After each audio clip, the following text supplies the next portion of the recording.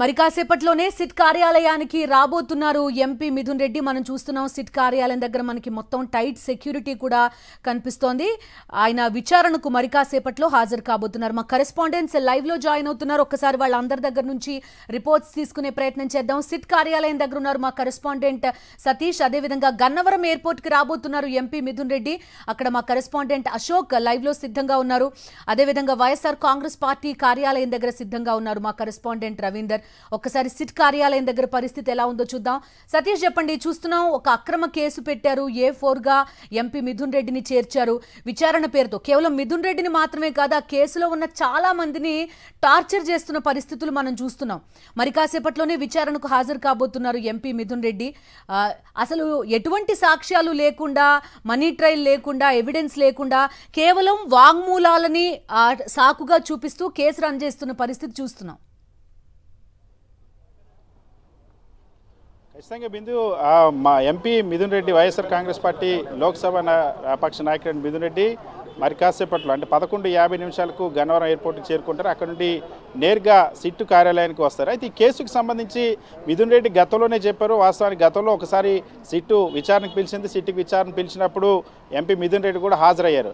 వాస్తవానికి మిథున్ రెడ్డికి సంబంధించినటువంటి ఎటువంటి సాక్ష్య ఆధారాలు కూడా ఈ కేసులో ఇప్పటి వరకు కూడా సిట్ అధికారులు కనిపెట్టలేకపోయారు. ఈ ఒక్క మిథున్ రెడ్డికి సంబంధించే కాదు, ఈ కేసులో పూర్తి స్థాయిలో కేవలం అధికారులను, ఉద్యోగులను బెదిరించి ఇప్పించినటువంటి తప్పుడు స్టేట్మెంట్లు, తప్పుడు వాంగ్మూలాల ఆధారంగా వైఎస్ఆర్ కాంగ్రెస్ పార్టీ నాయకులను టార్గెట్ చేసి అరెస్టులు చేయడం మినహా ఈ కేసుకు సంబంధించి ఎటువంటి ఆధారాలు, ఎందుకంటే అసలు ఈ కేసు పుట్టడమే ఒక అక్రమ మార్గంలో పుట్టిందని మనం చెప్పొచ్చు. ఎందుకంటే ముఖ్యమంత్రిగా చంద్రబాబు బాధ్యతలు తీసుకున్న తర్వాత 12 రోజుల్లోనే దీనిపైన అక్రమాలు జరిగాయంటూ మాట్లాడిన పరిస్థితి, 24 రోజులకే దీనిపైన కేసు నమోదైపోయినటువంటి పరిస్థితి. సో ముఖ్యమంత్రి చంద్రబాబు బాధ్యతలు చేపట్టిన తర్వాత ముఖ్యమంత్రి కార్యాలయం నుండి వచ్చినటువంటి డైరెక్షన్ ఆధారంగా ఈ కేసు పెట్టడం అలవాటు చేశారు. అంతేకాకుండా ఈ కేసులో ఎక్కడైనా ప్రభుత్వానికి సంబంధించిన ₹1 దుర్వినియోగం అయిందంటే ఇప్పటి వరకు కూడా సిట్ దాన్ని ఏది కూడా నిర్ధారించలేకపోయింది. ఇన్ని నెలల నుండి విచారించినా సరే.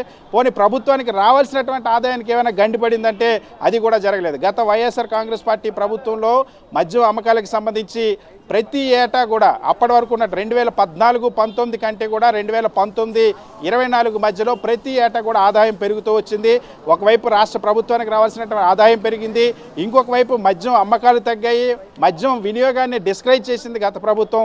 బెల్ట్ షాపులు 43,000 బెల్ట్ షాపులు రద్దు చేసింది, 4,000కు పైగా మద్యం పర్మిట్ రూములు రద్దు చేసింది, మద్యం షాపుల సంఖ్య కూడా 33% తగ్గించింది. సో మద్యాన్ని డిస్కరేజ్ చేసి మద్యం అమ్మకాలను తగ్గించి మా ఆదాయానికి ఎటువంటి నష్టం రాకుండా చేసినటువంటిది గత ప్రభుత్వాన్ని స్కామ్ అన్న పెద్ద ఆశ్చర్యంగా మారిపోయింది. ఎందుకంటే తప్పుడు కేసులు ఎలా పెట్టొచ్చు దానికి ఈ కేసు మరొక ఉదాహరణగా చెప్పొచ్చు. ఈవెన్ ఇప్పుడు మిథున్ రెడ్డికి సంబంధించి కూడా ఎక్కడ కూడా వరుసగా ఈ కేసులో పోలీసులు, సిట్ అధికారులు సబ్మిట్ చేస్తున్నటువంటి రిమాండ్ రిపోర్టుల్లో ఎక్కడ చూసినా సరే ప్రభుత్వ ఉద్యోగులను, ప్రభుత్వ అధికారులను, గన్మెన్లను, పిఏలను వీళ్ళందరినీ బెదిరించి తప్పుడు స్టేట్మెంట్లు ఇప్పించి వాటి ఆధారంగా అరెస్టులు చేసినటువంటి పరిస్థితి ఉంది. సో మిథున్ రెడ్డికి సంబంధించి కూడా గతంలో విచారణ పిలిచినప్పుడు కూడా చాలా స్పష్టంగా చెప్పారు. మిథున్ రెడ్డి లోక్సభ సభ్యుడిగా ఉన్నారు, వైఎస్ఆర్ కాంగ్రెస్ పార్టీ లోక్సభ పక్ష నాయకుడు. ప్రభుత్వ పాలసీల్లో ఎటువంటి సంబంధం కూడా ఉండదు, మద్యం పాలసీకి సంబంధించి ఎటువంటి సంబంధం కూడా లేదు. దీంతో పాటుగా మిథున్ రెడ్డికి సంబంధించి వ్యాపారాలు ఏవి కూడా డిస్టిలరీకి సంబంధించినటువంటి వ్యాపారాలు కూడా లేవు. అయినప్పటికీ కూడా వైఎస్ఆర్ కాంగ్రెస్ పార్టీలో క్రియాశీలకంగా ఉన్నటువంటి నాయకుల్ని, వైఎస్ జగన్మోహన్ రెడ్డి చుట్టూ ఉన్నటువంటి ముఖ్య నాయకుల్ని టార్గెట్గా రాజకీయ కక్ష సాధింపుల లక్ష్యంగా ఈ కేసును విచారిస్తున్న నేపథ్యంలో, ఎందుకంటే చాలా స్పష్టంగా ఆశ్రయించారు తనను బెదిరించి ఏంటి అనేది ఖచ్చితంగా తేలుతుంది. బట్ స్టిల్ కానీ ఈ లోపు ఏం చేస్తున్నారో అనేది ఒకటి, కేసు పెట్టడం, అక్రమంగా చేయడం ఇది ఒకటి, మీడియా ట్రయల్ కూడా మనం చూస్తున్నాం. అసలు ఒక సినిమా స్థాయిలో స్క్రిప్ట్ అల్లడం కానీ, రోజుకో కథనం వడ్డించడం కానీ, అసలు అదేదో ఒక పెద్ద కార్టల్ లాంటిది రన్ చేస్తున్నట్టు ఒక బిల్డప్ ఇవ్వడం కానీ, పూర్తిగా జనాల్ని తప్పుదోవ పట్టించే ప్రయత్నం మీడియా ఛానల్స్ ద్వారా, పత్రికల ద్వారా మరోవైపు చేస్తున్న పరిస్థితి. ఏకంగా ఒక ఎంపీ స్థాయి వ్యక్తికి ఆయన దేశం విడిచి వెళ్ళిపోతారంటూ లుకౌట్ నోటీసులు ఇవ్వడం కూడా ప్రముఖంగా కనిపిస్తోంది. ఈ విషయంలో ఆయన ఎంపీగా ఉన్నారు ఇప్పుడు కూడా. ఖచ్చితంగా దీనికి సంబంధించి ఒక పథకం ప్రకారం ఏదైతే ఫస్ట్ తెలుగుదేశం పార్టీ కార్యాలయం నుండి ఒక స్క్రిప్ట్ని రెడీ చేస్తారు, ఆ స్క్రిప్ట్ని ఒకవైపు పోలీసులకి, ఇంకోవైపు ఎల్లో మీడియాకి ఇస్తారు. ఎల్లో మీడియా ఏ అంశాలను అయితే రాస్తుందో ఆ అంశాలని ఇక్కడ సిట్ అధికారులు రిమాండ్ రిపోర్టుల్లోనూ వాటికి సంబంధించిన కేసుకు సంబంధించినటువంటి రిపోర్ట్స్లో రాస్తారు. సో ఎక్కడైతే ముందు 2-3 రోజుల నుండి ఎల్లో మీడియా ఎల్లో పత్రికల్లో వాటిని ప్రచారం చేయడం, అవే అంశాలను తీసుకొచ్చి సిట్టు వాటిలో రిమాండ్ రిపోర్ట్లో పేర్కొనడం. సో ఇదంతా తెలుగుదేశం పార్టీ ఒక ఆర్గనైజ్డ్గా చేసేటువంటి ఒక ట్రయల్ ఇది. సో ముందుగా ప్రజల్లోనే, ఎందుకంటే ఈ కేసుకు సంబంధించి సాక్ష్యాలు ఆధారాలు తుది జడ్జిమెంట్లు వచ్చేసరికి ఆ సమయం పడుతుంది కాబట్టి కేవలం బురద జల్లడం ఈ కేసు యొక్క లక్ష్యాలు. రాజకీయ కక్ష సాధింపు అన్నది ప్రధానమైనటువంటి లక్ష్యం కాబట్టి ఎల్లో పత్రికల్లో ముందు ఇష్టానుసారంగా రాయించడం, ఆ ఎల్లో పత్రికలు రాసినటువంటి అంశాలనే తీసుకొచ్చి రిమాండ్ రిపోర్ట్లకు మారుస్తారు. అక్షరం కూడా పొల్లిపోదు. అక్కడ తెలుగు పత్రికల్లో తెలుగులో ప్రచురితం అవుతుంది, ఇక్కడ ఇంగ్లీష్లో రాస్తారు అంతే. అంతకంటే పెద్ద వ్యత్యాసం కూడా ఉండదు. ఎందుకంటే ఈ స్టేట్మెంట్లు కూడా మనం చూస్తే వాస్తవానికి ఎవరైతే అధికారులు నిందితులుగా ఉన్న వాళ్ళని బెదిరించి స్టేట్మెంట్లు ఇస్తారో ఆ నిందితులుగా ముందు చెప్తారు, తర్వాత వాళ్ళు రిలీవింగ్ ఆర్డర్లు ఇస్తారు. మాజీ బెవరేజ్ కార్పొరేషన్ ఎండి వాస్తవానికి ఇప్పుడు ప్రధానంగా సిట్ చెప్తున్నది ఏవైతే కొన్ని ఆ కంపెనీలతో ములాఖత్ అయ్యి కొన్ని కంపెనీలకి ఉద్దేశపూర్వకంగానే అధికంగా ఆర్డర్లు ఇచ్చారని ఒక అంశాన్ని ప్రధానంగా సిట్ చెప్తుంది. మరి అది ఆపరేట్ చేసిందంతా కూడా బెవరేజ్ కార్పొరేషన్ సంబంధించినటువంటి ఎండి.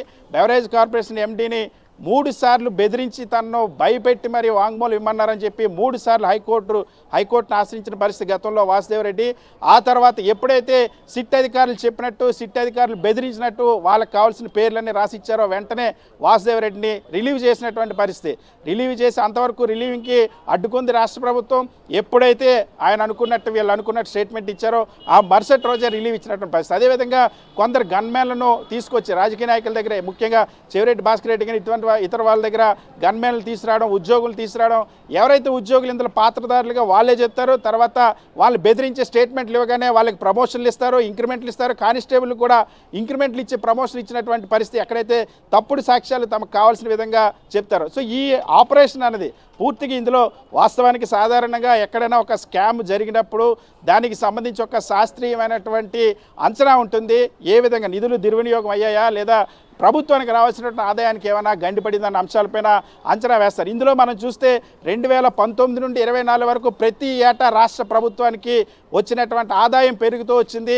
ఎక్కడ కూడా రాష్ట్ర ప్రభుత్వానికి మద్యం అమ్మకాల ద్వారా రావాల్సినటువంటి ₹1 కూడా డైవర్ట్ అయినట్టు ఇప్పటివరకు సిట్ నిర్ధారించలేదు. ఎంత ఆశ్చర్యంగా అంటే ఒక గాల్లో ఏ విధంగా లెక్కలేస్తారంటే నెలకి 50 కోట్లు లంచాలు వచ్చాయి. సో 60 నెలలు ఇంటి 50 కోట్లు 3,000 కోట్లు స్కామ్. ఇది చాలా ఆశ్చర్యమైనట్టుంది. ఇందులో ఇంకొక లాజిక్ కూడా ఉంది. వాస్తవానికి వైఎస్ ఎన్నికల తర్వాత ఎన్నికల కమిషన్ కూడా ఇవే బ్రాండ్లు అమ్మింది. ఈ ప్రభుత్వం వచ్చిన తర్వాత, చంద్రబాబు ప్రభుత్వం వచ్చిన తర్వాత ఆగస్టు వరకు కూడా మొదట 6 నెలలు కూడా ఇవే బ్రాండ్లు ఇవే ప్రభుత్వ షాపుల ద్వారా కూడా అమ్మింది. మరి వాళ్ళని ఎందుకు విచారించట్లేదనే ప్రశ్న కూడా వైఎస్ఆర్ కాంగ్రెస్ పార్టీ నేతలు వేస్తున్న పరిస్థితి. ఆశ్చర్యంగా ప్రస్తుతం రాష్ట్ర ప్రభుత్వంలో ప్రభుత్వం ఆధీనంలో ఉన్నటువంటి మద్యం షాపుల్ని ప్రైవేటు వ్యక్తులకు ఇచ్చారు. గతంలో రద్దు అయినటువంటి పర్మిట్ రిమూవ్ ఇప్పుడు మళ్ళీ వచ్చాయి. గతంలో రద్దు చేసినటువంటి బెల్ట్ షాపులు ఇప్పుడు మళ్ళీ వచ్చాయి.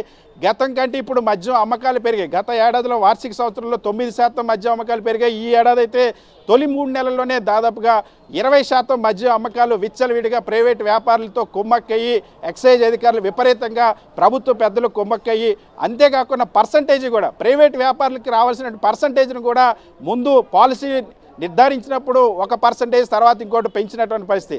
ఇన్ని అక్రమాలు ఇప్పుడు జరుగుతుంటే వీటన్నిటికి విరుద్ధంగా జరిగింది మాత్రమే ఒక స్కామ్ అంటూ ఒక కేసుని బిల్డప్ చేసేటువంటి ప్రయత్నం చేస్తారు. సో అందులో భాగంగా ముఖ్యంగా ఈ కేసుకు సంబంధించి వైఎస్ జగన్మోహన్ రెడ్డి చుట్టూ ఉన్నటువంటి వ్యక్తులు టార్గెట్ చేయడమే లక్ష్యం.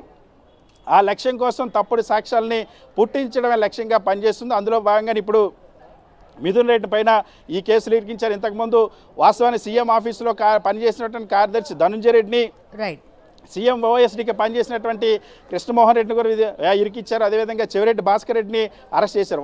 ఈ కేసుకు సంబంధించి సిట్టు విచారించి ఎక్కడ కూడా ఎటువంటి సీజర్స్ చేయలేదు.